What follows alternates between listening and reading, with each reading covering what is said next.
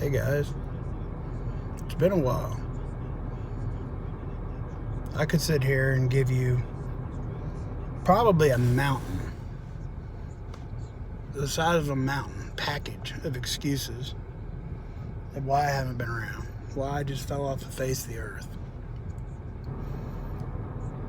There's a couple of you I've talked to, and there's a couple of you that I need to talk to because I feel like I've been a pretty terrible person. Joe Morgan, Flowgrown, Loretta, I love you guys. Thank you all for checking on me, especially you, Joe. All three of you, you never fail to check on me.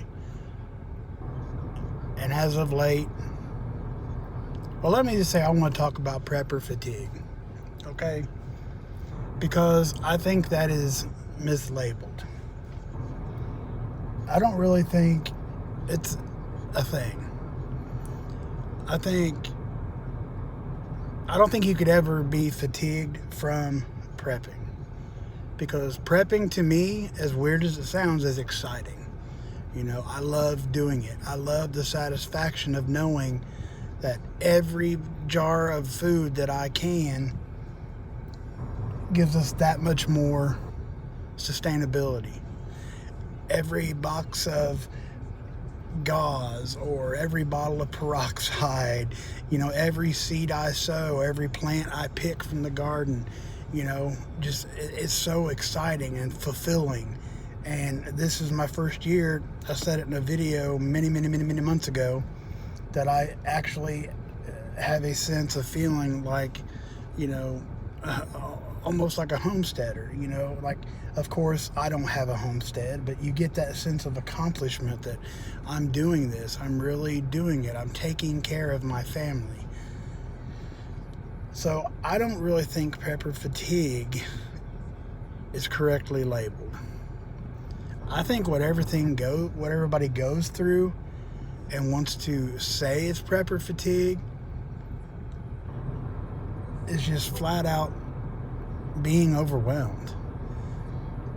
You know, I think what's happening in present life, you know, our everyday hustle and bustle, you know, getting kids back and forth to school, going to work, some of us, you know, 2 or 3 jobs a day, come home, then have to take care of the garden and get food canned and, you know, go make prepper hauls when you can afford it, you know, and not to mention the gas prices, inflation, and, you know, now the China situation, you know, that is what's overwhelming. That's what is fatigue. That's what's fatiguing us all. It's not the preparation for it.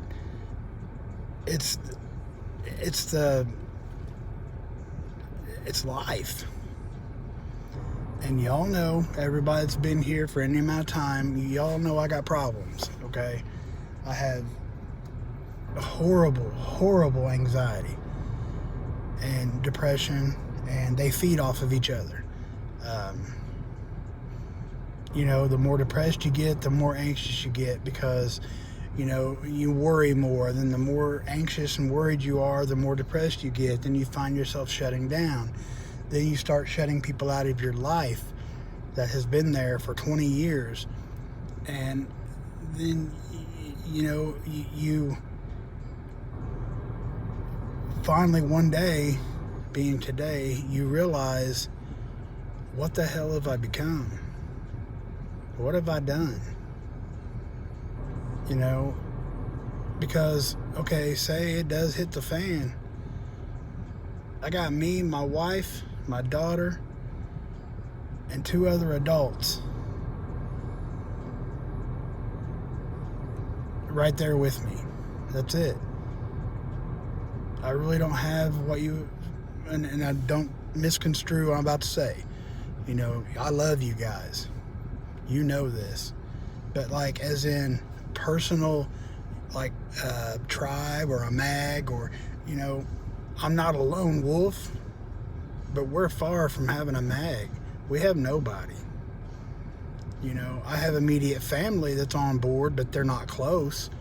I mean, if it went down like, you know, say martial law or something extreme, I've got 35 miles before I get to anybody that's on board with us, you know, or they get to me. And I realize I've shut so many people out of my life because of what's been labeled as prepper fatigue. I don't talk to anybody outside my family. I don't go anywhere besides maybe a grocery store, a doctor appointment here and there. You know, people text me, I don't text back. A lot of the times it's not because I don't want to. It's because I forget. And then, you know, I'll get another message a day or two later and it's like, oh, and I'll see where I forgot to message whoever back, you know. And by then it's like, well, they're not going to believe if I say I just saw this, so I just don't text. And you just get to the point to where you feel like you're burdening other people because, I don't know. And then you have the people that, you know, a true friendship.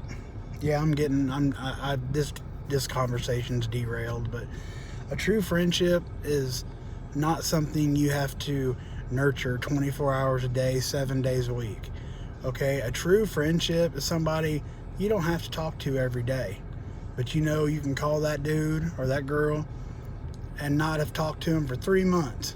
Just call and be like, bro, I need you, you know, and they're there, you know. Might be when they get off work, it might be the next morning, but they'll be there regardless.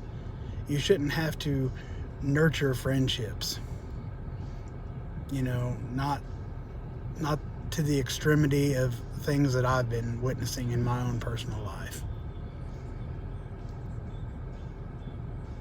But back to the prepper fatigue. That's what's happened to me. And it was just this morning, today, that I had a major revelation about it.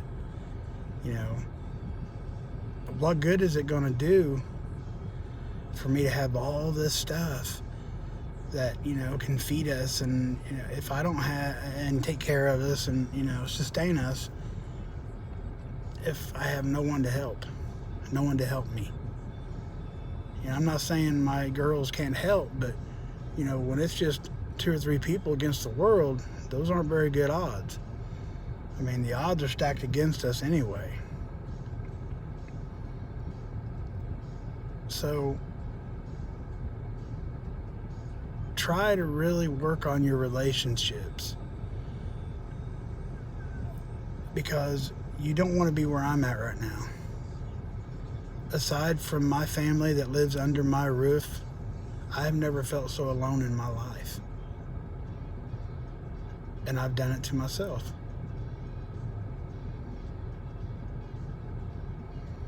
And don't get me wrong, I'm not looking for comments like, oh, it'll be okay, or, you know, I'm not looking for anything like that, I promise. You know, I know that I've turned into a hermit. Period. I know I have. I know I've shut a lot of people out of my life that I think really wanted to be there. And I'm hoping I can fix that. So by no means am I telling you not to prep, because we need it. You need it right now, more than ever. I mean, that's obvious. You know, it don't have to be an invasion or, you know, just the cost of living anymore. People are maxing out their credit cards to buy groceries. What's going to happen when those credit cards are maxed out? They have, you know, that's their last resort. Then how are they going to get food? Then how they're going to pay their bills? That's SHTF. You know, it don't have to be a, you know, shoot out at the OK Corral type of thing. You know, SHTF is upon us. It is here. We are living in it. It's just, I think, for whatever reason, some fools want it to be a lot more extreme than it is right now, is in the way of, you know, Not sure how to say what I'm trying to say. You know, a lot of people I think are looking forward to bullets flying and, you know, things like that. And not me. But anyway, we're living it now. So by no means stop prepping. But have fun. Take breaks. Call your buddy up. You know, have a cookout. Invite some friends over. Excuse me. Don't let your life fall to the wayside, because what life do you really have to sustain if, you know, you're alone? Because let's face it, I don't mean alone as in lone wolf by yourself, nobody else. I mean just your household. You're going to need friends. You're going to need people with skill sets that you don't have. You're going to need people that have prepped things that you don't have, and they're going to need you too. So before it's too late, really work on that. Like I said, today was my revelation, and I've got some relationships to work on right now.